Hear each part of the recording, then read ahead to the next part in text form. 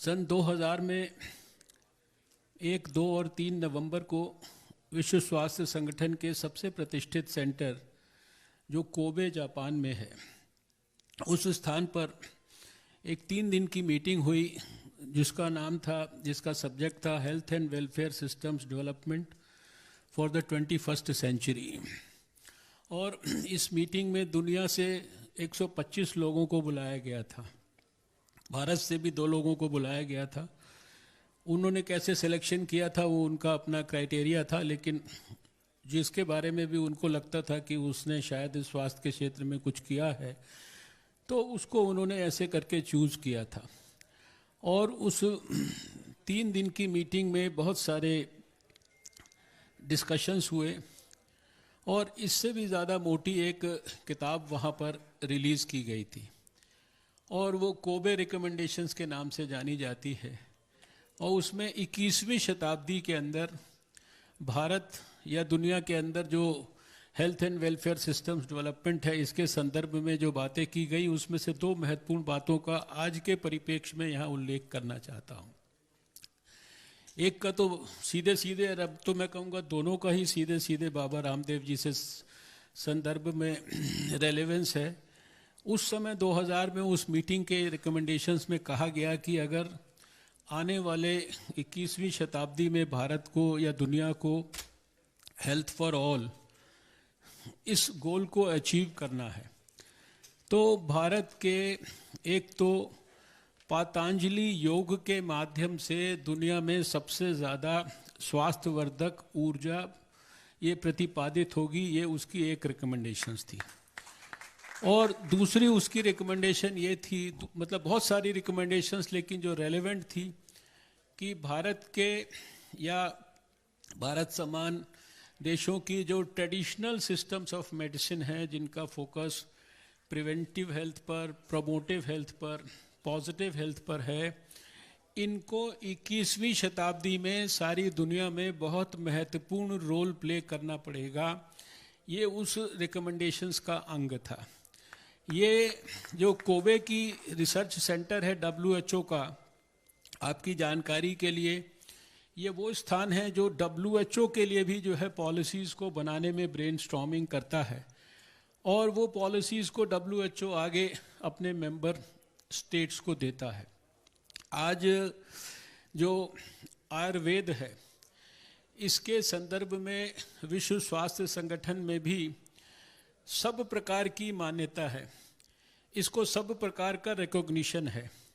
और अगर मैं दुनिया के देशों की गिनती करना शुरू करूं, तो प्रमुख देश जो मुझे कम से कम ध्यान में आते हैं, Australia, New Zealand, Colombia, Cuba, Mauritius, इसी तरीके से हमारे पड़ोस में जो देश हैं, बांग्लादेश है, नेपाल है, श्रीलंका है, चाइना है, ऐसे बहुत सारे जो दुनिया के अंदर देश, हंगरी है, इन्होंने तो जो आयुर्वेद है, भारत का ये ट्रेडिशनल सिस्टम है, इसको अपने रेगुलर सिस्टम ऑफ मेडिसिन के रूप में इसको स्थापित किया है, इसको उन्होंने रिकॉग्निशन दिया है। आज भारत का कोई भी आयुर्वेदिक डिग्री लिया हुआ डॉक्टर, वो न्यूजीलैंड में जाके थोड़ा सा इम्तहान देने के बाद वहाँ पर वो आयुर्वेद की प्रैक्टिस कर सकता है। यानी ये अंतर्राष्ट्रीय स्तर पर इस आयुर्वेद का आज रिकॉग्निशन है कि दुनिया का ग्लोबल सेंटर आयुर्वेद के लिए वो भारत के अंदर स्थापित हो।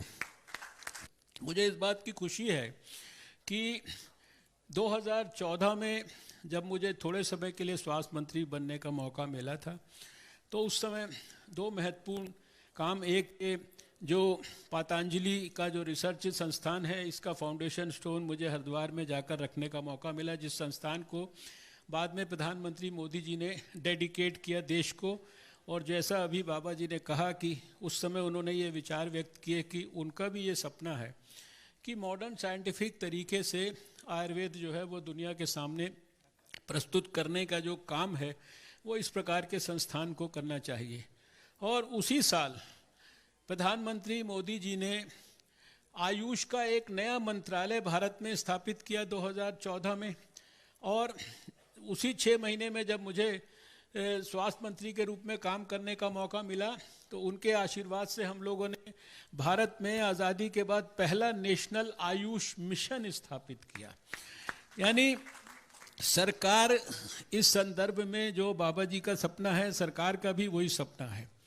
और आज इस बात की खुशी है कि कोविड काल के अंदर जो कोविड के लिए प्रिवेंशन की दृष्टि से, ट्रीटमेंट की दृष्टि से, जहां एक तरफ बाबा जी के संस्थान ने पूरा रिसर्च किया और जिसके बारे में अभी कहा गया कि वो सारे प्रेजेंटेशंस भी अभी करेंगे, और जो सबसे बड़ा चैलेंज था हमारे देश के सामने कि हम अच्छे हैं, ये हमें भी पता है, दुनिया भी मानती है, कहती है, लेकिन उसको दबे स्वर में कहती है, उसको इस्तेमाल भी करती है, लेकिन उसके बावजूद भी हमको स्वीकार नहीं करती है। उसको साइंटिफिक जब मॉडर्न टूल्स की मदद से हम दुनिया के सामने पुनर्स्थापित करते हैं तो कोई उसको चैलेंज नहीं कर सकता। तो जैसे ये सारे हमारे आचार्य बालकृष्ण जी बहुत विद्वान व्यक्ति है, उनके बारे में मैंने बहुत समझा है, जाना है, उनकी पुस्तकें पढ़ी हैं, वेदों के बारे में उन्होंने बहुत ज्ञान जो है अपनी पुस्तकों के अंदर जो है समाहित किया है।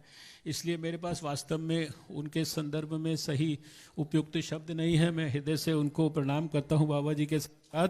लेकिन जो हमारा आयुष मंत्रालय है, आपकी जानकारी के लिए, क्योंकि आज इस कार्यक्रम में आना था, तो मैंने कल रात को लेटेस्ट जो रिजल्ट्स हैं, क्योंकि मैंने इस आयुष काल में कई सारे रिसर्च एक्टिविटीज़ आयुष मंत्रालय की मैंने उनको शुरुआत करने के अंदर भी मैंने कुछ भूमिका निभाई थी, तो मैंने वो सारे डाटाज और वो सारे मंगवाए। तो मुझे पता लगा कि कोविड काल में आयुष मंत्रालय ने 140 स्थानों पर भारत में 109 जो है किस्म की स्टडीज़ की, जिसमें कि 39 स्टडीज़ जो है उन्होंने प्रोफाइलैक्सिस पर और 32 स्टडीज़ जो है उन्होंने ट्रीटमेंट के ऊपर, और साथ में प्री क्लिनिकल वगैरह स्टडीज़ और ऑब्जर्वेशनल स्टडीज़। और सबके मैंने जो रिजल्ट्स देखे, तो सब में जो रिजल्ट्स में बहुत ही एनकरेजिंग, हर प्रकार से पॉजिटिव रिजल्ट्स वहाँ भी मुझे नज़र आए। और आयुर्वेद का जो लोगों को स्वस्थ रखने की दिशा में जो योगदान हो सकता है, और अगर कोविड काल के अंदर वो योगदान जो है एक प्रकार से और ज़्यादा एस्टैब्लिश होता है, तो शायद आयुर्वेद को किसी प्रकार के और बड़े सर्टिफिकेशन की ज़रूरत नहीं है। और मैं ये समझता हूँ कि अभी अगर इसको टेक्निकल तरीके से भी अध्ययन करेंगे तो भारत में 30,000 करोड़ रुपए की इकोनॉमी है आयुर्वेद की, जिसका हर साल 15 से 20% का ग्रोथ होता था। ये ऑफिशियल डाटा है, लेकिन अभी ये प्री कोविड ईरा का है। और पोस्ट कोविड ईरा में हमारे भारत में आयुर्वेद की जो इकोनॉमी है, उसका जो 30,000 करोड़ की, उसका जो ग्रोथ रेट प्री कोविड 15 से 20% था, वो अब 50 से 90% तक ग्रोथ रेट हो गया उस इकोनॉमी का। ये अपने आप में इस बात का सूचक और परिचायक है कि भारत के लोगों ने और दुनिया के लोगों ने उसको किस प्रकार से एक्सेप्ट किया है। एक्सपोर्ट्स की दृष्टि से भी बहुत इसमें मार्क्ड इम्प्रूवमेंट हुए हैं, फॉरेन डायरेक्ट इन्वेस्टमेंट्स की दृष्टि से भी बहुत मार्क्ड इम्प्रूवमेंट हुए हैं। आज इस कार्यक्रम का जो परिवेश है वो ये नहीं है। परिवेश है आचार्य बालकृष्ण जी ने जो बाबा रामदेव जी के मार्गदर्शन में रिसर्च किया है। मैं हृदय से उनको बधाई देता हूं। और मेरा ये कहना है कि इस मॉडर्न तरीके से, साइंटिफिक तरीके से आयुर्वेद को अच्छी ढंग से पूरे दुनिया में पुनर्स्थापित करने की जो यज्ञ है, इसमें जितनी भी ज़्यादा से ज़्यादा आहुति डाली जाएगी, वो भारत के लिए तो एक प्रकार से गर्व और गौरव का विषय होगा, लेकिन उससे भी ज़्यादा ये पूरी मानवता की, पूरे देश के, दुनिया के लोगों के स्वास्थ्य की रक्षा के लिए भी ये एक बहुत बड़ी महत्वपूर्ण भूमिका निभाएगा। इसलिए इसको विश्व कल्याण का एक बहुत बड़ा प्रकल्प मानकर इस काम को आगे बढ़ाना चाहिए। मैं हृदय से बाबा जी को उन्होंने आग्रह किया कि मुझे यहाँ पर आकर जो है अपनी उपस्थिति दर्ज करनी है, तो उनके आदेश का मैंने पालन करते हुए मैं यहाँ पर आया हूँ। लेकिन जितनी भी बातें मैंने कही हैं वो बहुत गहराई से कही हैं, गंभीरता से कही हैं, अध्ययन करने के बाद कही हैं। इसलिए इनके बारे में किसी भी किस्म का शक, शुबा, संदेह अपने मन में कोई भी ना रखे। ये मेरी आप सबसे विनम्र विनती है। धन्यवाद।